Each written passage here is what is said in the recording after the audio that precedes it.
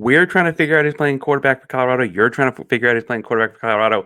Even after a day of press conferences, who is playing quarterback for Colorado? Maybe we know.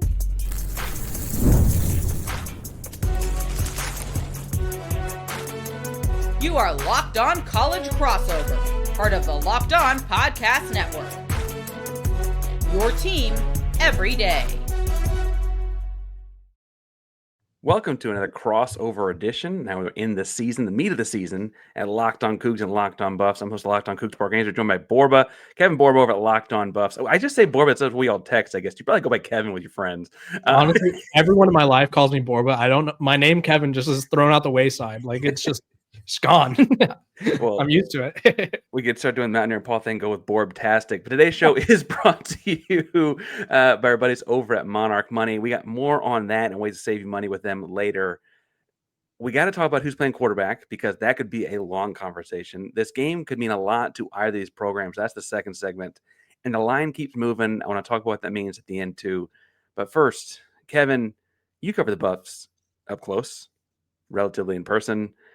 Why won't they just name a starter? Why is this so complicated? Yeah, I think there's two reasons, right? I think the football reason, which I'm kind of leaning towards 70-30 in my reasonings, and this is the 30. I think it's a little bit of gamesmanship, right? If you tell everyone, hey, Ryan Staub, who is the third string quarterback that kind of took over and I think played really well for what people were expecting, considering no one expected him to play.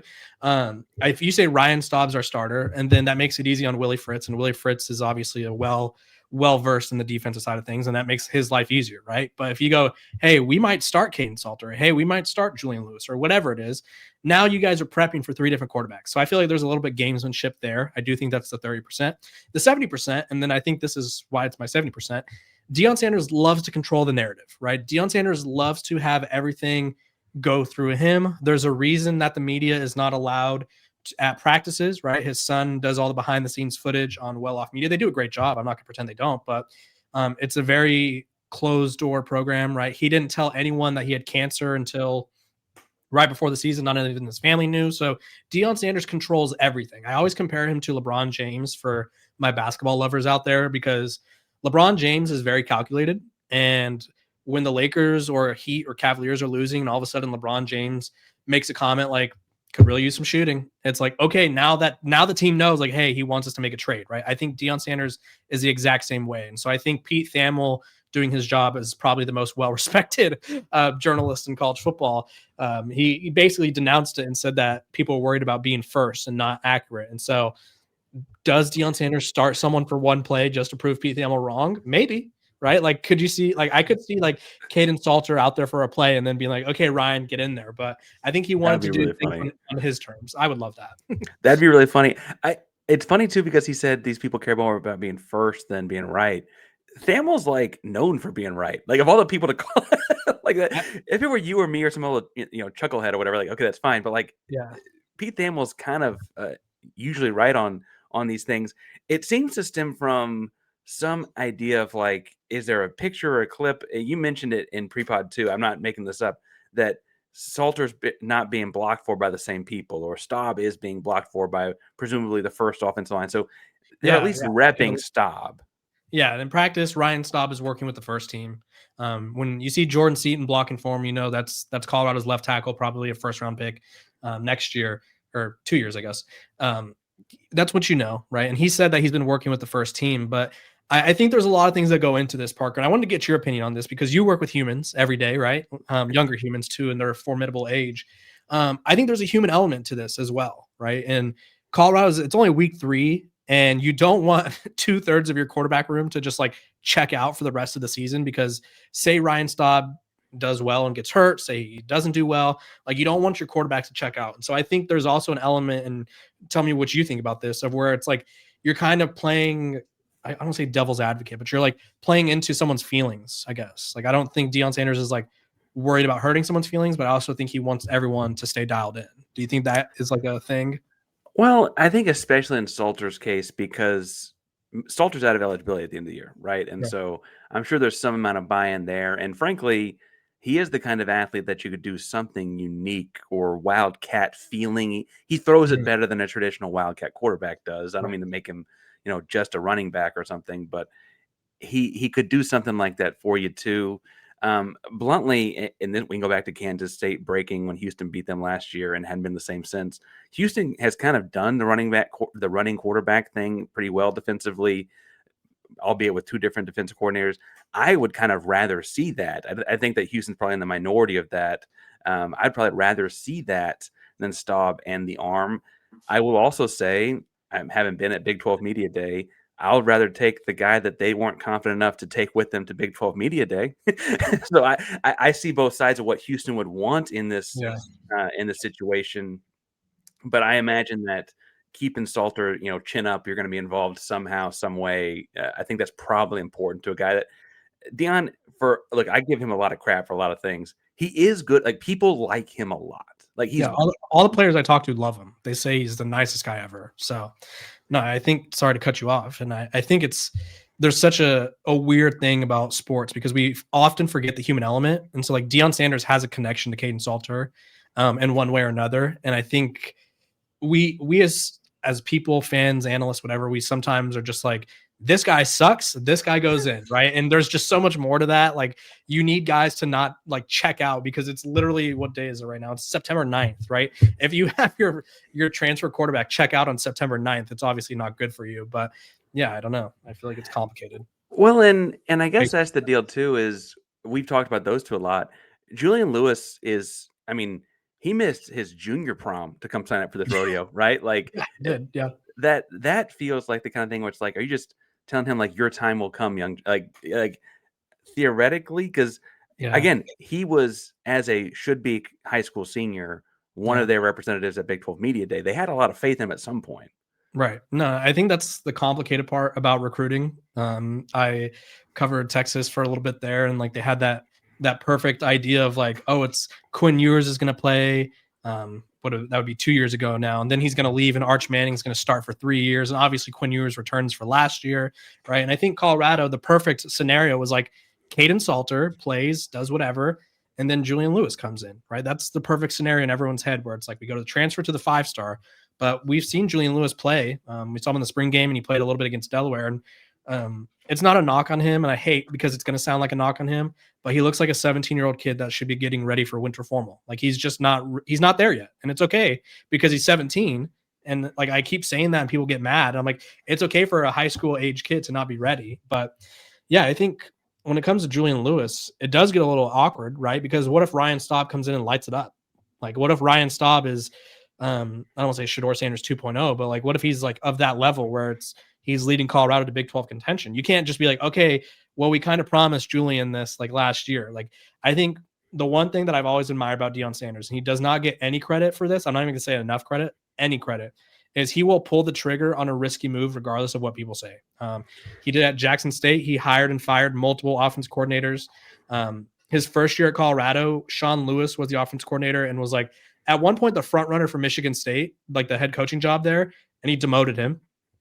He let Travis Hunter play both ways, which is unheard of in the modern era of college football. And he's obviously at least considering playing as third string quarterback as the now starter. So he's willing to take those risks. Well, and in a way that's antithetical, like modern college football, you kind of make these decisions in the summer when you get the check signed, right? Like in a world where he talked about Louis Vuitton luggage again, I give him a lot of crap, but to his credit, he's not just going with who got the most NIL dollars, because if that were the case, Staub would not have played yet, right? Like just full like that. But gun to your head, and I guess as a Texan, I should point out that that's not actually what's happening here. Do you think it's Staub? Yeah, it's got to be. I think they showed that they liked him, right? They put him in, so they obviously wanted to give him a chance. He played great. He had the most confidence out of anyone. The offense moved better with him. But I think there's this underlying aspect that not enough people are realizing, and it has nothing to do with on the field. It's the off the field stuff, right? I have Jordan Dominic was a Colorado player in Deion's first year. He's on my show every week. He talked about how much he loves Staub. He's like, I'm so excited for Staub. He's been waiting for this, right?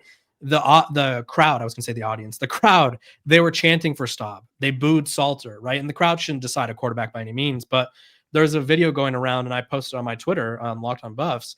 Deion Sanders is telling Ryan Staub, they believe in you. I believe in you. And Jordan Seaton, who is Colorado's best player and left tackle, is behind him and nods. He's like, yeah, like I think he's won over the locker room. And I think it's hard. I was worried about this quarterback experiment to begin with. I honestly thought it would just be Caden and Julian. I was not expecting Ryan to play at all in that game. And I thought you could divide the locker room, and I still think that's in play. If Colorado, like, I think you have to start Ryan Staub, like, otherwise that divides the locker room. Like, I think that'd be like if you guys brought in Connor Weigman and we're like, we love Connor, and then your backup quarterback is Deion Chris, right? Deion, he comes in, lights it up, and it's like, okay, he's better, but we like Connor, right? It's like one of those things where, do you start the more popular player, the guy that like theoretically should start, or do you start the guy who deserves it? Well, and that's a great segue you didn't know, because Deion Chris did win 3 Big 12 games last year. First Big 12 game being played in the United States this Friday night between these two programs, because the one in Ireland was obviously in Ireland. Yeah. I want to talk about what that win could mean for either team in a second. But first, Kevin, today's show is brought to you by our buddies over at Mazda, and that's a lot of fun because I actually drive a Mazda. Mazda craft car for the people who do more than simply move, which is clearly what people think of when they look at me. But more seriously, with a toddler at home, and it's got more of the IIHS Top Safety Pick awards than anyone else as of August 2025. You can feel the craftsmanship in every detail, metallic accents, Napa leather upholstery. Like players, we sweat every detail because we make every move count. Impossible becomes irrelevant. Mazda, move and be moved. Today's show is also brought to you by our buddies over at DoorDash, because it's almost the weekend. It's time to look back and crown this week's MVP, who delivered, powered by DoorDash. It's like you win every Saturday afternoon with DoorDash Streaks, saving more every time you order. These players deliver when it matters most. Let's break it down. For the Coogs, I'm going to ask you in a second, Kevin. For the Coogs, Dean Connors delivered in a big way. Two big time rushes where he broke the line of scrimmage and just foot raced the end zone, one of which was on a bum ankle. He takes it up. He's fine, but it was really fun to see. Explosive plays against Rice last weekend. Pressure's on. He came through. No hesitation, no delay. And if you've been watching it week after week, I think it's only been 2, so 2 of those. But this was not a fluke. This player's on the start of a streak. We hope to keep it going. Kevin, who is delivering for the Buffs right now? Yeah, for the Buffs, you got to go with Ryan Staub. I mean, the guy we spent the whole first segment talking about comes in as the third string quarterback, throws for 157 yards, 2 touchdowns, one of which, went for 71 yards, and he actually changed the play for that touchdown. So Ryan Staub comes in playing like he's got nothing to lose and gains everything possibly. Gains everything, just like Staub, just like Dean Connors, delivered for the Buffs and Cougs. DoorDash delivers your Saturdays with DoorDash Streaks. You save every Saturday you order, stack up all season long. You save up $250, including $100 in DoorDash credits. Order this Saturday. Keep the streak alive. Fuel your game day only with DoorDash. Terms apply. Promo codes period is through the November 18th. Now, I have to say, Kevin, as we get into the second segment here, I think this win is more meaningful for Houston, and I think that is largely predicated on they need some proof of concept. Yeah, I was going to ask you about that. Like, what do you guys need this win for? Well, and so I think Houston's deal is like, we haven't played Georgia Tech yet, right? We didn't have a Heisman Trophy winner a year ago with the current coaching staff. We're working towards bigger things, and so I feel like there's a proof of concept thing here with Houston where, like, yes, you beat Kansas State last year when you weren't supposed to. You beat Utah when you probably also weren't supposed to, but we found out later they weren't any good, right? You beat TCU, but you probably, you won a couple of those games last year, but now you had the big transfer portal class. You bring in, you mentioned Connor Weigman comes in, 5-star kid out of high school, is getting to come back home and play for the University of Houston after a couple of years in Aggie land. You're hoping the new coordinators, it all kind of starts to gel after a couple of, for lack of a better phrase, preseason feeling games, right? I think Houston's looking at this as a chance to show that that's not just a defense that only let up 1 touchdown through 2 football games because it was SFA and Rice, right? That's a defense that's for real. A quarterback that is putting things together, and the bomb in the early fourth quarter to Stephon Boogie Johnson on the sideline was not just a one-off. It was a sign of things to come, right? I think that's the deal here. I weirdly think that means the game matters more to Houston. It's also a home game and all that jazz. Kevin, tell me, what does this game mean to Colorado? They're in just a very different place to me. Yeah, I think Colorado's always in a weird place. I've never seen a program that's always such and I don't know if there's a better phrase for this, but like do or die, if you will, where it's like everything's the end of the world or everything's like the best thing ever, right? Like it's like people were talking like Big 12 title run after beating Delaware with Ryan Staub. It's like, now here we go. Now we're ready for the playoff. It's like, okay, it was Delaware. Delaware's a good team, but you almost gave up 400 yards of offense, right? So you have to pump the brakes a little bit there. But I think the one thing that Colorado has that no other team has is like this constant, just like cloud of people ready to jump on them. And I'm not saying that Houston doesn't have this. Like Houston fans are obviously very passionate. They're your everydayers. Our everydayers over at Locked On, we love them. But Locked On Buffs and Colorado in general have like these everydayers of hate where it's just like they look for Colorado to fail. And it's like as soon as Colorado got good last year, like no one was really talking about them. Like the media was, but like the fans, it was like they backed off, and then they lose to Kansas, and it's like, oh, Colorado, here we are. Like when Colorado went 4-8 in year one, it was super loud, and the Oregon video went ultra viral as it should have. It was embarrassing, but I think Colorado just has like this natural state of like, if we don't win this, like the world's going to turn on us for 5 days, and I don't know if they're ready for that right now. I think Colorado's in a fragile spot, so a win. I think it sort of shows like Deion Sanders' proof of concept, like you said earlier for you guys. I think it shows he has proof of concept again, right? Because I feel like there's not a coach in college football that really has to prove himself as much as Deion Sanders does. And like you could disagree with that, but I'd love to hear your thoughts. No, I'm interested because I think part of, and full disclosure, Mhm. Houston had gripes with Colorado. They took a running back in Alton McCaskill, took Yeah, a defensive lineman Chidozie Nwankwo. Like they took guys loved from him. Houston. Ultimate Caskell didn't do much for us. Yeah, I've heard. But I feel like there's been this like, people from the outside don't like them. I almost feel like some of the Coach Prime stuff's worn off. It's been a couple years. Yeah, The shine or whatever, he's gotten his dings, his lumps. He's taken those. He also is a sympathetic figure. You mentioned the cancer diagnosis that we found out about much after the fact. His yeah. son no longer plays for him. The character that is Travis Hunter is Right, no longer there. Like some of those things aren't quite the same. right. And so I almost wondered if the haterade around it kind of all faded away, Mhm. and if that maybe shifted the goalpost here a little bit too. I mean, I certainly feel like I hear about it less, but like I said, Yeah. they've also just not been a limelight as much. Yeah, the goalpost I feel like has moved every year, right? Like the first year was like and I think this is more of a systemic issue more than anything the first year, but it was like, can a coach from the HBCU FCS level win games, right? Can a quarterback who's only played at the FCS level win games, right? So that was the first year. And I know people want to bash on them. They went 4-8. The year before they went 1-11. And for those of you in Cougar land who don't know me, my first job out of college, I was a Pac-12 production assistant. And so let's just say Colorado was on the Pac-12 networks a lot, which is not a good thing. So like that means you were bad, and that means no TV network wanted to pick you up, right? So year two, it was like, can he actually build off of that? And they did. But now the goalpost is, can he win without Shador and Travis, right? Because they did so much. And so I think there's a constant moving of the goalposts. I do agree with you in the sense that there's less haterade because how do I want to phrase this? Like I personally I like Shador's game. I liked that he had confidence. I liked that for the big figure that he was, I felt like he was pretty down to earth at times for most of his career. But people loved to hate him. Like that was like college football's favorite pastime last year was hating on Shador Sanders. And you don't have that anymore. I almost want to say this Colorado team's likable. Like, how could you not like a third string quarterback who like wasn't supposed to play? And like you have all these guys who it's just like they're trying to prove themselves, right? And I think the goalpost has moved, but like I understand from your perspective and like Houston's perspective of not liking Colorado. And I also think this means something else for both teams is like I feel like we're both teams are still trying to prove themselves in the Big 12. Would you agree with that? Like we don't I don't Yeah. think we don't belong, but it's like we're still trying to like even though Colorado was already in the Big 12, it's like we're still trying to like show we belong here. No, and that's a total difference, right? This is Yeah. a football preview. We don't have to talk about basketball, but Yeah. as far as Houston joining the Big 12 conference, thus far it kind of feels like they joined as a basketball school that kind of also plays football, right? Like you're trying to prove yourself.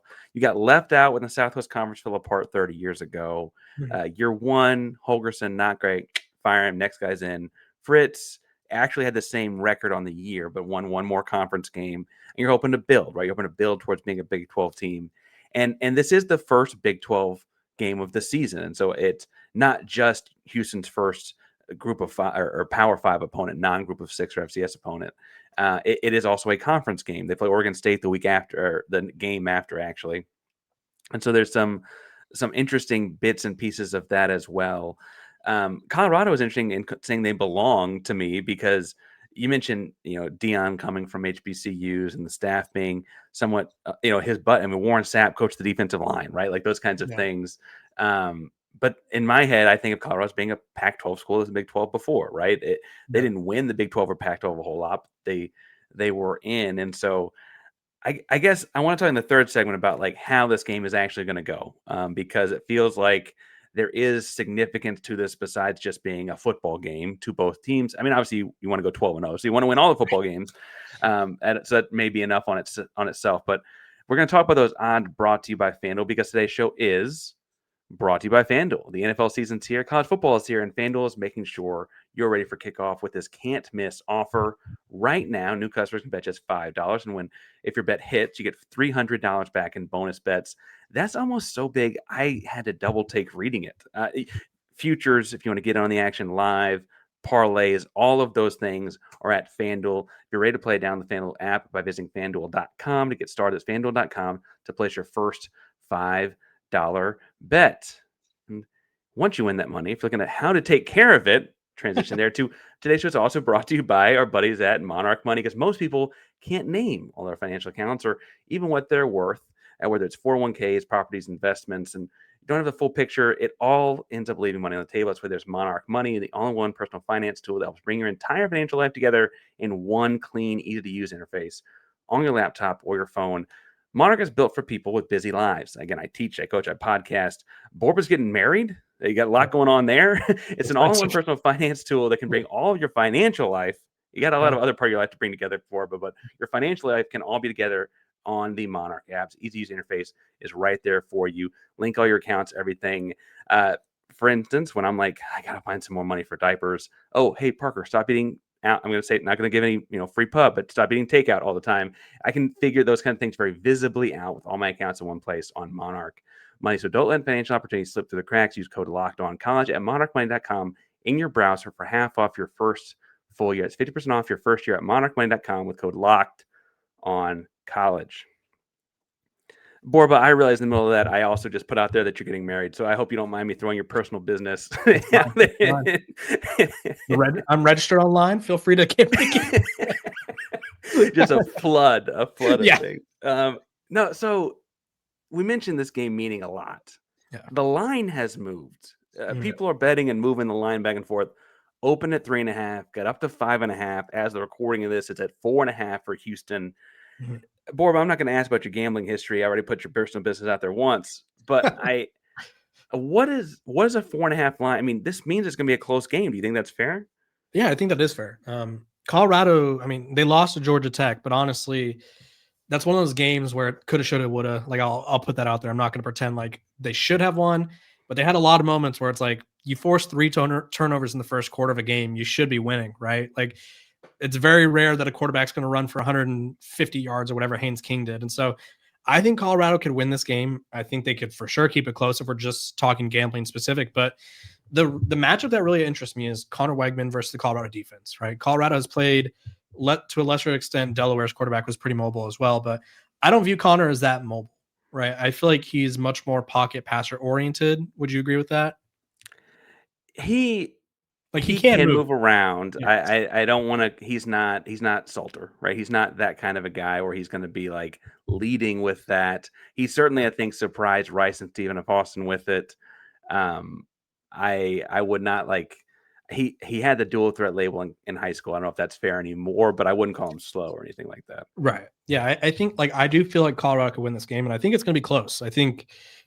I mean, Houston physical defense, right? I think Houston, like if you play in a Houston's game, it's going to be a low scoring game for Colorado, at least. Obviously, you play in a Colorado's game, they want to score a lot, right? Colorado's undefeated when they score 30 or more points. That's sort of their game of lighting it up. It's like old Big 12 style football, even though they weren't in the Big 12 during that era. But what do you think? Like, what would you confidently or not confidently, hypothetically place a wager on? So I've been looking at like the 24-21 kind of range. I do think this is a field goal kind of game. Hmm. I went back and forth on how it gets there. Houston's defense has been their kind of backbone for a while now. And admittedly, in going 24-21, I'm kind of thinking that continues. Power four opponent, Big 12 opponent. They get a couple touchdowns in there, obviously, but I don't think this is the kind of game where the team gets up in the 35-40 range. I just trust Houston. Houston has a couple guys at each level of the defense. I just trust too much for that.